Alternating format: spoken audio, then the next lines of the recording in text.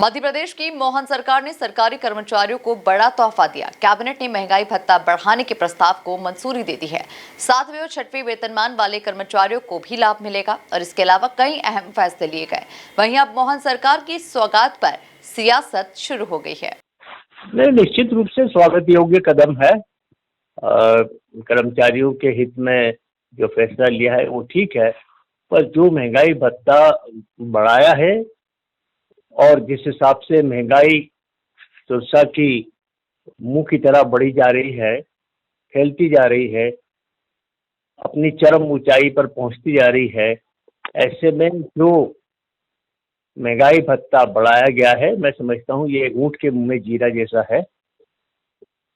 इस पर विचार करना चाहिए कि आज जो महंगाई बढ़ रही है उसके कंपैरिजन में जो आपने महंगाई भत्ता बढ़ाया है वो मैं समझता हूं कि उतना प्रभावशाली नहीं होगा जितना कि होना चाहिए। तो कर्मचारियों के हित में, उनके हित में जो आपने निर्णय लिया है वो उसका हम स्वागत करते हैं, पर हम चाहते हैं कि इस महंगाई भत्ते में और बढ़ोतरी की जाए जिससे कि कर्मचारियों को वास्तविक रूप से लाभ हो सके। क्योंकि जिस तरह से महंगाई बढ़ रही है, चाहे पेट्रोल डीजल की बात हो, चाहे रोजमर्रा के खाने पीने की सामान की बात हो, चाहे रसोई गैस का मामला हो, हर जगह जो है महंगाई जो है वो अपने चरम को छू रही है। और ऐसे समय में निश्चित रूप से विचार करना चाहिए सरकार को कि कर्मचारियों को राहत मिले, और राहत मिलने के लिए जरूरी होगा कि उनका महंगाई भत्ता उसी मान से बढ़ाया जाए जिस मान से कि महंगाई इस मध्य प्रदेश में और देश में बढ़ रही है।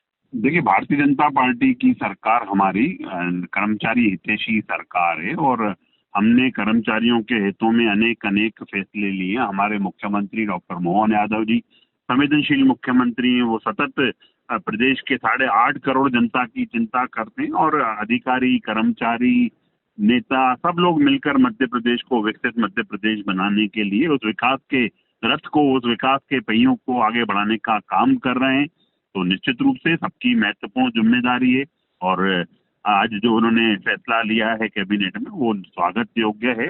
अनेक कर्मचारियों के परिवार को उनको लाभ मिलेगा और हम हमेशा से ही जनता के हित का काम करते आए।